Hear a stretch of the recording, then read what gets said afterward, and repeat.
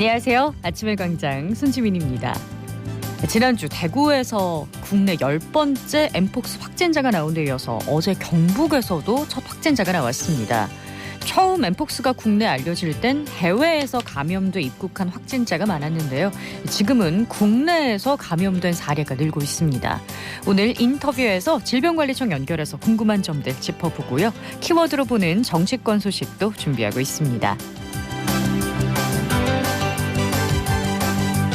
4월 19일 수요일 아침의 광장, 오늘도 시사 비타민 알차게 챙겨드립니다. 먼저 이 시각 교통 상황과 날씨 알아보겠습니다. 윤가영 리포터. 네, 먼저 고속도로입니다. 경부고속도로 부산 방향으로 평서 휴게소 부근 105km 지점에서 1km 구간으로 1차로 쪽입니다. 주차를 차단하고 작업을 진행하고 있고요. 중앙고속도로는 춘천 방향으로 다부터널 쪽 1km 정도 정체를 보입니다. 이어서 시내도로입니다. 먼저 사고 제보가 있는데요. 신천대로 서대구 나들목 방향으로 성북교 지하차도에서 침산교 지하차도 사이 3차로 쪽입니다. 접촉 사고로 인해서 승용차 2대가 비상등 켜고 정차 중인데요. 구간 출근길 정체도 심한 데다 사고 여파까지 더해져 더딘 흐름을 보이고 있습니다. 북비산로는 평리내거리에서 서대구역 내거리 방향으로 서대구역 내거리 신호 2번 정도 예상하셔야겠고요. 상하로 쪽으로는 진천남 내거리에서 수목원 삼거리 방향으로 정체되고 있습니다. 마지막으로 날씨입니다. 오늘은 초여름 날씨가 찾아왔습니다. 대구의 기온이 14도로 출발하는데요. 낮부터는 기온이 껑충 올라 26도로 예상됩니다. 아침보다도 기온이 10도 이상 오르는 건데요. 내일은 대구와 경북 남부 일부 지역이 낮 동안 30도를 넘는 곳도 있겠습니다. 이른 초여름 더위는 내일까지 이어질 것으로 보이고요.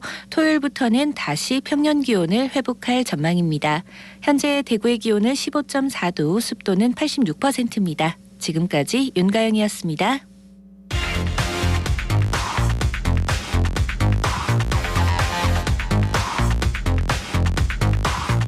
빠르고 정확하게, 명쾌하고 날카롭게 대구 경북의 오늘을 보는 KBS 대구 아침의 광장과 함께하고 계십니다. 대구 경북의 조간 브리핑으로 이어갑니다. 오늘 아침 뉴스 영남일보 민경석 기자와 함께합니다. 안녕하세요. 네, 안녕하십니까. 네, 첫 소식 볼까요? 네, 대구 북구 이슬람 사원 건립 공사가 중단된 지 3개월 만에 재개됐습니다. 어제 오전 8시 20분쯤 북구 대연동 이슬람 사원 공사 현장으로 대형 콘크리트 펌프카가 들어섰습니다. 그러자 이슬람 사원 건립 반대 비상대책위원회 등 주민들이 공사장 앞에서 거세게 반발했습니다. 이들 중 일부는 승합차로 진입로를 막는 등 거친 반응을 보였는데요. 공사가 지연되자 경찰은 차량을 두고 사라진 인물을 찾아 연행하고 견인차를 동원해 차량을 이동시키기도 했습니다. 이 과정에서 한 주민이 공사장 인부와 실랑이를 벌이다 넘어져 병원으로 이송됐습니다. 병원으로 이송되기까지 하면 심각해 보이는데 이 공사 과정이 쉽지 않아 보입니다. 언제쯤 공사가 마무리되는 걸까요? 네, 경찰과 공사 현장 관계자의 설명에 따르면 이슬람 사원 건립 공사는 오는 6월이면 마무리될 것으로 보입니다. 그동안 중장비 진입 문제로 건축 마무리 단계인 콘크리트 타설만 앞두고 있었기 때문입니다. 이날 콘크리트 타설 공사가 마무리되면서 앞으로는 자재나 장비 반입이 상대적으로 쉬워 공사를 이어가는 데 별다른 문제는 없어 보입니다. 하지만 관건은 이슬람 사원 건립 반대 비대위의 거센 반발인데요. 비대위 측은 지속해서 사원 공사 반대 집회 등을 이어가겠다는 입장을 밝혔습니다. 네. 이들의 입장은 무슬림과 특정 종교에 대해 반대하는 것이 아니라 주민들의 동의를 얻지 않았다는 게 문제라고 강조했습니다. 또 앞으로도 돼지고기 파티 등을 이어가겠다는 계획도 밝혔습니다. 네, 공사는 속도를 내고 있는데 지역 주민들과의 중재안은 여전히 없는 상황이네요. 다음 소식 보겠습니다. 네, 장애인의 날을 앞두고 4.20 장애인 차별철폐 대구투쟁연대가 어제 동인동 대구시청사 앞에서 대구시와 8개 구군의 장애인 정책 확대를 요구했습니다. 4.20 대구 장차연은 장애인 활동 지원 서비스, 추가 지원 제도 보장성 강화, 재가 발달 중증 장애인 주거유지 지원 서비스 제도 등 7개 정책 과제를 요구했고, 장애인 거주시설 즉각 폐쇄와 지역사회에서 함께 살아갈 권리 보장을 촉구했습니다. 또 시청사에서 대구도시철도 2호선 반월당역을 향해 행진했고 지하철 승강장에서 열악한 장애인 이동권 현실에 대해서도 알렸습니다. 네, 장애인 정책이나 이동권에 대한 지역사회의 관심이 좀 이어져야 할 것 같습니다. 다음 소식 볼까요? 홍준표 대구시장이 어제 시청 산격청사에서 산하기관장 회의를 열고 대구 경북 신공항 건설과 종전부지 개발 사업 등 대형 토목 사업의 지역 건설업체의 참여 비중을 늘리겠다는 계획을 밝혔습니다. 대구도시개발공사에는 제2국가산단 사업 시행과 신공항 건설 특수목적법인 설립에 주력하라고 당부했습니다. 그러면서 대형 국책 토건 사업에 지역업체가 참여할 수 있도록 차질 없이 준비하라고 주문하기도 했습니다. 홍 시장은 앞서 지난주 열린 간부회의에서도 신공항 건설 사업 대행자 선정 시 공항 건설 경험이 있는 메이저급 업체를 적극 발굴하고 지역 건설업체와 지역 자본이 최대한 많이 참여할 수 있도록 준비하라고 지시했습니다. 네. 또 대구 지역 3대 건설사 CEO와 간담회도 가졌습니다. 지역 건설업체 기대가 클 것 같은데요. 어제 산하기관장 회의에서도 어떤 얘기가 나왔나요? 네, 홍 시장은 대구정책연구원의 최고의 싱크탱크로 거듭나야 한다고 강조했습니다. 이를 위해 원장이 전권을 갖고 연구 능력을 최우선으로 해서 공정하고 신속하게 연구원을 채용하라고 지시했습니다. 대구의료원에는 대시민 이미지 개선과 우수의료진 확보, 첨단 의료장비 도입 등을 적극 홍보하라고 당부했습니다. 이와 함께 비상시 공공의료망에 빈틈이 없도록 공공의료 중추기관으로서의 역할을 다해야 한다고 강조했습니다.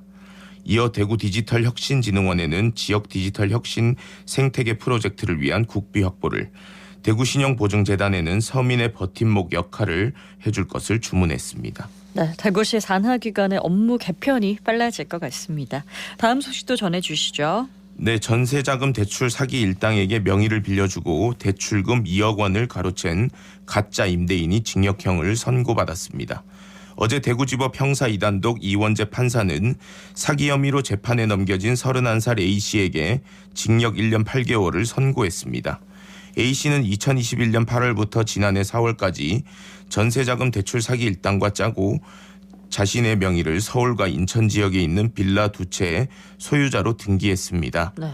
이후 허위로 임대차 계약을 맺고 은행에서 전세자금 대출금 2억 원을 가로챈 혐의로 기소됐습니다. 네, 허위로 임대차 계약을 맺었다. 은행에서 전세자금 받으려면 일정 자격이 돼야 하는데 어떻게 이게 가능했을까요? 네, A씨와 공범들은 무주택 청년대산 전세보증금 대출은 한국주택금융공사 보증으로 담보 없이 비대면 방식으로 대출 신청이 가능하다는 점을 악용했는데요.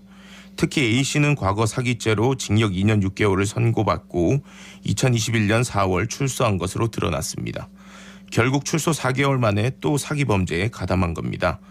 이 판사는 피고인은 청년 전월세 보증금 대출 제도를 이용하려는 선량한 청년들과 금융기관에 광범위한 피해를 미치는 조직적, 계획적 대출 사기로 사회적 해악이 크다며 양형 이유를 설명했습니다. 네, 사기 범죄 같은 경우는 재범률이 높더라고요. 막을 수 있는 이 제도적 장치가 좀 필요해 보입니다. 오늘의 아침 뉴스 영남일보 민경석 기자와 함께했습니다. 고맙습니다. 네, 감사합니다. 안녕하세요. 저는 KBS 대구 어린이합창단이었던 최하성입니다. 저는 1994년도 KBS 대구 어린이합창단이었는데요. 저희 단복은 상의는 흰색 자켓, 하의는 초록색의 원피스였는데 그 옷을 입었을 때만큼은 더 KBS 단원이라는 자체만으로도 너무 자부심이 컸습니다. 출연했던 프로그램이 KBS 대구 총국개국 57주년 기념 가족음악회, 열린음악회, 환경음악제, 아젠다 환경선포식 등 다양한 공연 활동을 했었습니다. 어린 시절 활동을 하면서 노래하기 좋아했던 저는 대학에서 성악을 전공했고 현재는 아이들에게 동요 및 가창 지도를 하고 있습니다. KBS 대구가 제 어린 시절의 큰 기쁨을 차지했었는데 벌써 84주년이 됐다는 것이 감동이고요. KBS가 어린이합창단의 역사 속으로 사라진 지 꽤 되었는데 제 개인적인 바람은 다시 부활했으면 좋겠고 제가 KBS 대구 어린이합창단의 지휘자가 되고 싶은 작은 소망이 있습니다. 앞으로도 지역민에게 행복을 주는 방송으로 계속해서 함께하길 바랍니다. KBS 대구 84주년 진심으로 축하드립니다.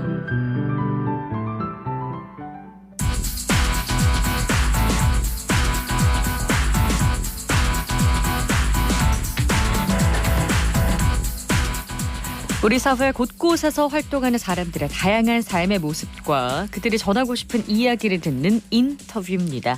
지난해 국내 첫 확진으로 이름을 알린 일명 원숭이 두창 엠폭스 확진 환자가 대구 경북에서도 발생했습니다.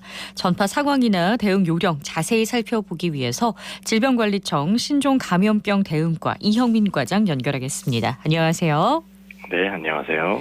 네, 지난주에 국내 10번째 엠폭스 환자가 대구에서 발생했는데 어제 경북에서도 확진자가 나왔다는 보도가 있었습니다. 현재 국내 감염자 수가 얼마나 되나요?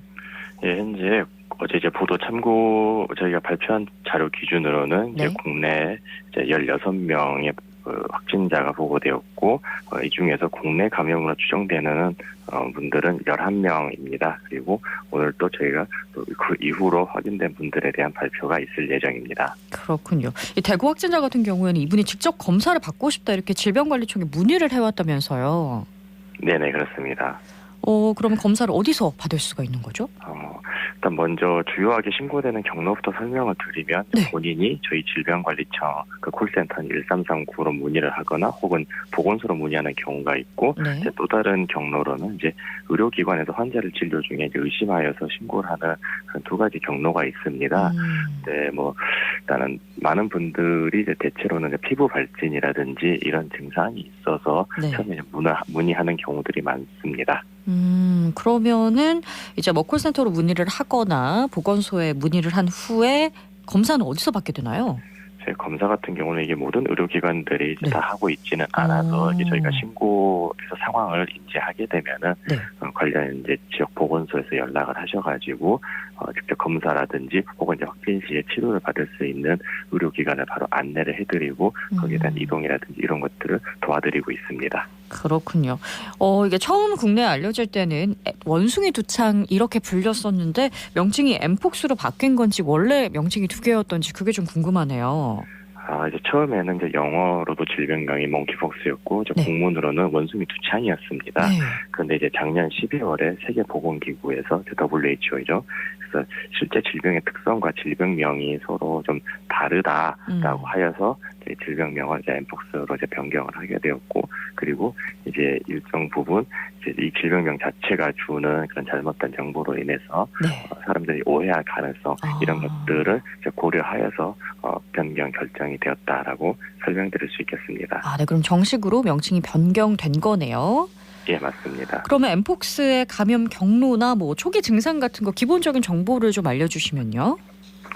이게 이제 작년 5월부터 이제 전 세계적으로 유행을 하고 있는데요. 네. 그 이전에는 사실 이제 동물과 사람 간의 감염이 더 잘 알려졌었습니다. 그런데 지금의 유행은 그것보다는 사람 간 전파가 더 주요한 감염 경로로 알려져 있고, 네. 이 중에서도 이제 피부, 특히 이제 피부에 이제 병변이 있는 경우, 거기에 이제 닿는 경우, 혹은 이제 성적 접촉과 같은 밀접 접촉을 통해서 전파된다라고 알려져 있습니다. 다만 이제 일상생활 중에서 하게 되는 그런 단순한 접촉으로 전파될 가능성은 매우 낮다라고 설명드릴 수 있겠습니다. 그러니까 전파 위험도라고 얘기를 해야 될까요? 그건 좀 낮은 편인 거잖아요. 예. 게다가 좀 증상이 좀 경미한 편이라고 제가 알고 있어서. 네네.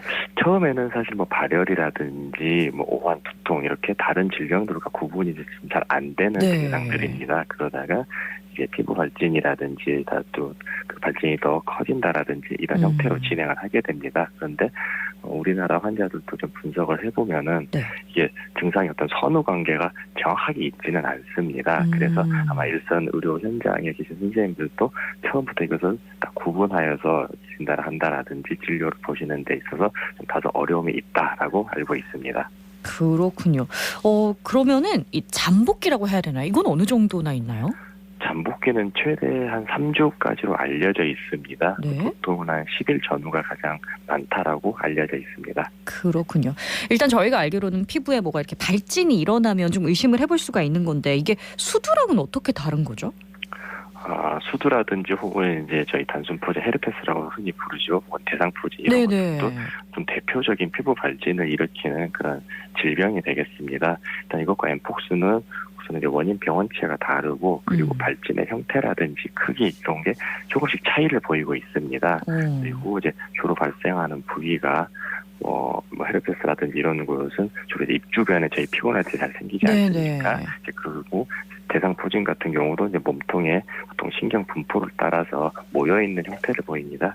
그런데 이번 엠폭스 같은 경우는 물론 이제 손발이라든지 몸통에 생기는 경우도 있지만은 주로 이제 항문이라든지 이제 생식기 주변에 발진이 있는 그런 양상을 보이고 있습니다. 그래서 이런 부분들은 아마 본인들이 이제 몸에 어떤 증상이 생겼을 때 자신의 몸을 잘 관찰한다라든지 혹은 이제 의료기관 방문하거나 할 때 이런 것을 좀 잘 설명을 드리는 게 좀 도움이 된다라고 하겠습니다.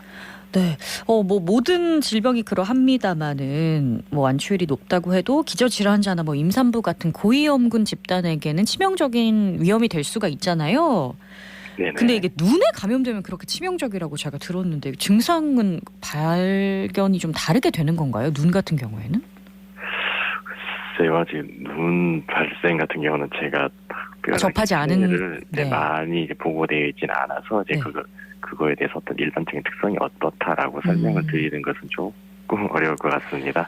다만 근데 이 질병의 경우 앞서 말씀하신 것처럼 상당히 이제 증상이 이제 경하게 지금 진행을 하게 됩니다. 그래서 통상 2주에서 한 4주 정도면은 특별한 치료 없이도 이제 치유가 된다라고 알려져 있고 말씀하신 것처럼 좀 중증이라든지 이렇게 진행하는 비율은 1% 미만으로 이렇게 보고가 되고 있습니다. 그리고 이제 우리나라에서도 혹시라도 이제 중증 진행 위험이 있다라든지 이런 분들을 위해 사용할 수 있는 항바이러스제가 도입이 되어 있고 각 시도라든지 지역 의료기관에 활용할 수 있도록 배포가 되어 있기 때문에 아마 이제 국내에서 이제 환자가 생겼을 때 치료료가 적절하게 이루어지지 않는 그런 일은 거의 일어나지 않을 것이다라고 말씀드릴 수 있습니다. 그렇군요. 치명률은 낮지만 잠복기가 또 3주나 되니까 이게 좀 무서운 부분이긴 하거든요. 예, 맞습니다. 확진자가 발생을 하면 뭐 역학조사라든가 접촉자 관리는 어떻게 하고 있나요? 저희가 이분들 통상 엠폭스 같은 경우 이제 증상이 발생한 이후에 접촉을 했을 때 이제 전파 위험이 있다라고 알려져 있습니다. 그래서 저희가 이분들 지금까지 확진되신 분들 증상 처음 발생했던 일자들을 잘 확인을 하여서 그 이후에 이제 생활을 같이 하였다라든지 이런 분들에 대해서 저희가 어떤 노출의 어떤 접촉의 정도를 평가를 하고 그 위험도를 저희가 현재는 이제 세 개 저위험, 중형, 고위험 이렇게 세 군으로 구분을 하여서 이후 이제 최장 잠복기인 3주 동안 어떤 증상 발생 유무라든지 이런 것들을 확인을 하고 있습니다. 많은 분들이 궁금해하시는 게 지역사회 감염이 어떻게 시작됐냐는 건데 방역 당국은 어떻게 판단하고 있나요? 일단 이미 작년에 이제 미국이라든지 유럽의 여러 국가들은 굉장히 큰 유행을 겪었고 현재 이제 소강 상태에 접어든 걸로 보고 있습니다. 그런데 다만 이제 금년 들어서 우리와 가까이 있는 일본이라든지 대만에서도 이제 해외 유입 사례가 아닌 지역사회 감염 보고가 계속 증가하고 있습니다. 특히 이제 일본 같은 경우는 벌써 이제 100명 이상의 보고가 있는데요. 우리나라의 상황도 이제 뭐 정확하게 언제 어떤 식으로 국내 유입이 되었다라고 단정적으로 설명드리기는 어렵겠지만 국내의 어떤 발생 상황도 좀 다르지 않을 것이다. 그래서 비슷한 형태로 아마도 이제 우리나라 국내 발생들이 일정 기간 동안은 지속될 수 있다. 뭐 이렇게 판단을 하고 있습니다. 그렇군요. 이 엠폭스 관리가 좀 어려운 이유 중에 하나가 해외에서는 뭐 동성 간의 전파가 많기 때문에 신고를 좀 꺼린다 이런 얘기가 뉴스에서 많이 들리더라고요. 우리 예방이 가장 중요하니까요. 지역민들을 위해서 꼭 당부하고 싶은 점 좀 짚어주시겠어요? 예, 이제 엠폭스도 하나 이제 감염병이고 질병이기 때문에 어떤 다른 것보다 건강상의 중요한 문제다라고 하겠습니다.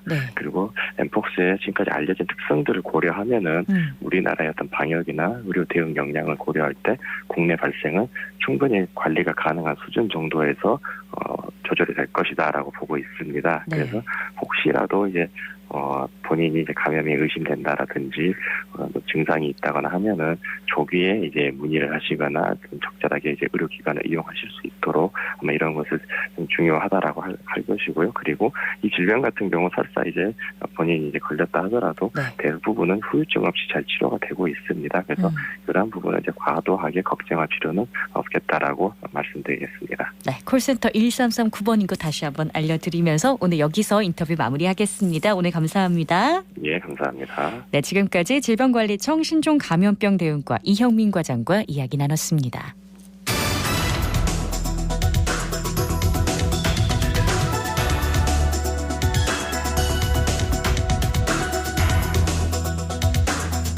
키워드로 보는 지역 정치권 소식 매일신문 김병훈 기자 연결합니다. 안녕하세요. 네, 안녕하세요. 네, 오늘의 첫 번째 키워드는 뭔가요? 네, 오늘의 첫 번째 키워드는 김기현, 박근혜 그리고 홍준표입니다. 김기현 국민의힘 대표가 당초 오늘로 예정됐던 박근혜 전 대통령 예방을 순년했는데요. 대신 4.19 혁명 기념식 행사에 참석한 후 장애인 단체를 만난다는 소식입니다. 네. 유영아 변호사는 지난주 화요일인 11일 박 전 대통령과 동화사를 찾아 회동을 조율하고 있다고 했습니다.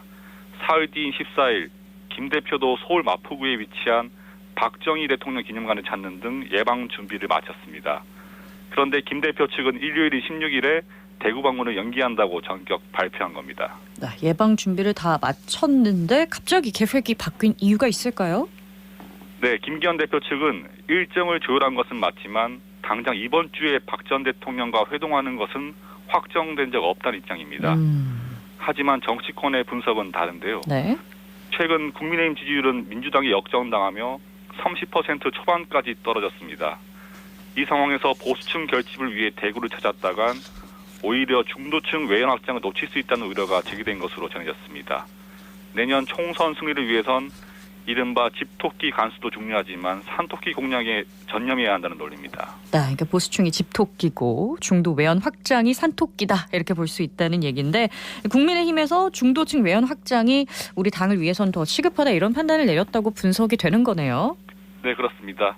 오늘 김기현 대표의 일정만 봐도 잘 드러나는데요. 김 대표는 오전에 4.19 혁명 기념식에 참석합니다. 지난 3일 제주 4.3 추념식 불참으로 중도층 민심 위반이 거세지자 이번 4.19 기념식은 급히 참석을 결정한 것으로 보입니다. 아울러 내일인 장애인의 날에 하루 앞서 장애인 단체를 만나 장애인 지원 예산도 강조할 예정입니다. 그렇군요. 최근에 김기현 대표가 홍준표 대구시장과 설전을 벌였었는데 이게 뭐 대구 방문 연기에 영향을 준 건 아닐까요? 네, 김기현 대표는 전광훈 사랑제일교회 목사를 둘러싼 논란 과정에서 홍준표 시장을 당 상임고문에서 해촉했는데요. 네. 이에 김 대표와 홍 시장 간 갈등이 최악으로 치닫는 모습입니다.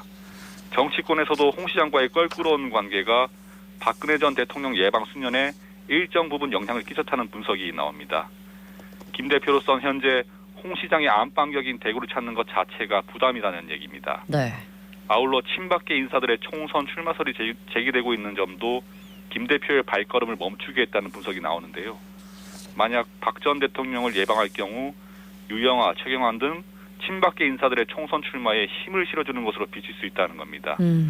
중도층 외연 확장에 절실한 국민의 입장에선 이 같은 시선이 치명타가 될 수 있어 더욱 조심한다는 설명입니다. 네, 대구 방문 일정이 어떻게 될지 좀 지켜봐야겠습니다. 다음 키워드는 뭔가요?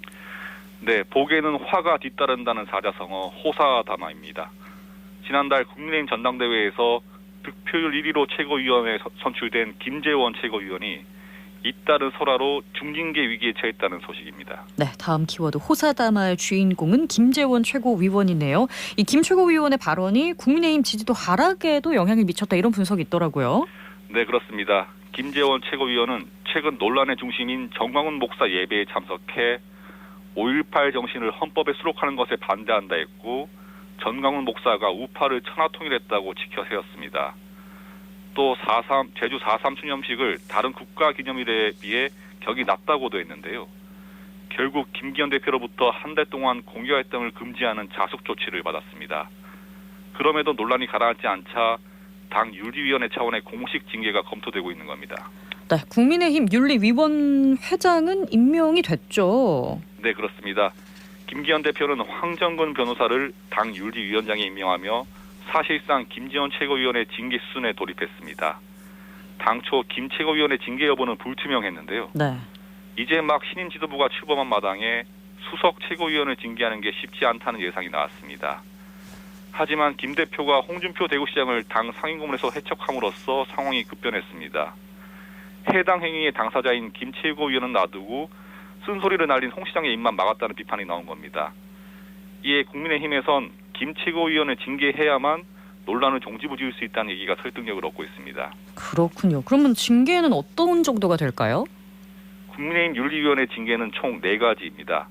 가장 가벼운 경고부터 당원권 정지, 탈당 권유, 그리고 가장 무거운 제명인데요. 네. 정치권에선 전례를 고려하면 당원권 정지의 무게추가 쏠리고 있습니다. 앞서 수해 현장에서 사진 잘 나오게 비가 더 왔으면 좋겠다고 한 김성원 의원은 네. 당원권 6개월 정지 처분을 받았습니다.